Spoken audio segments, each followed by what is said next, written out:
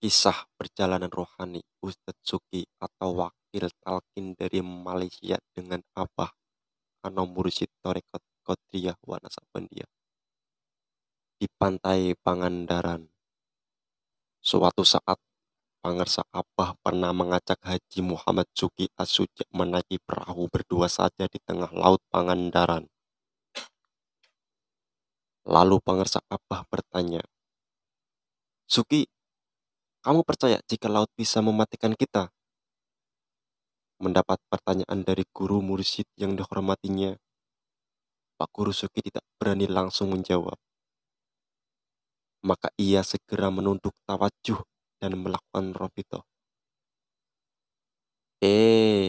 Tidak perlu tawajuh, kan Abah ada di depan Suki, kata Pangersa Abah sambil tertawa indah.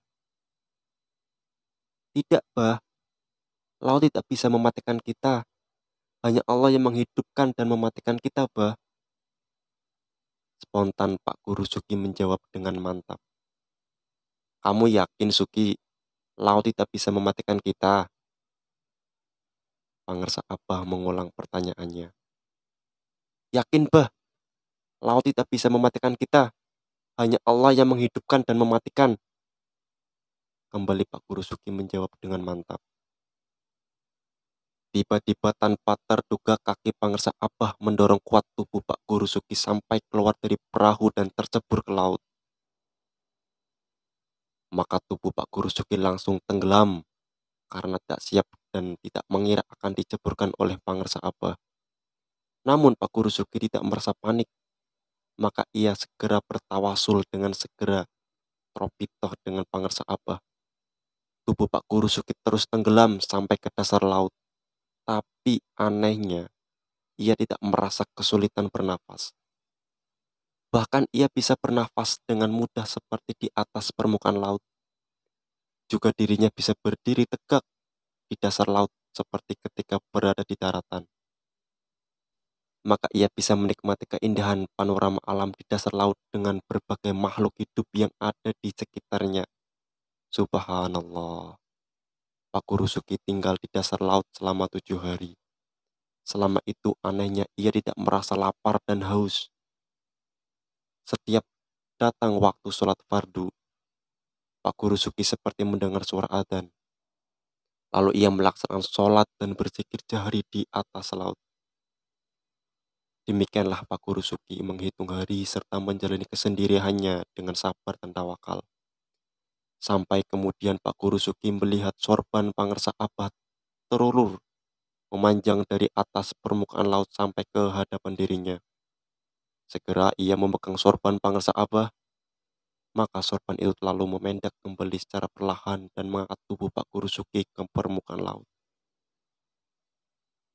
Ketika kepalanya sudah di atas permukaan laut, Pak Guru Suki melihat Pangersa Abah tersenyum indah.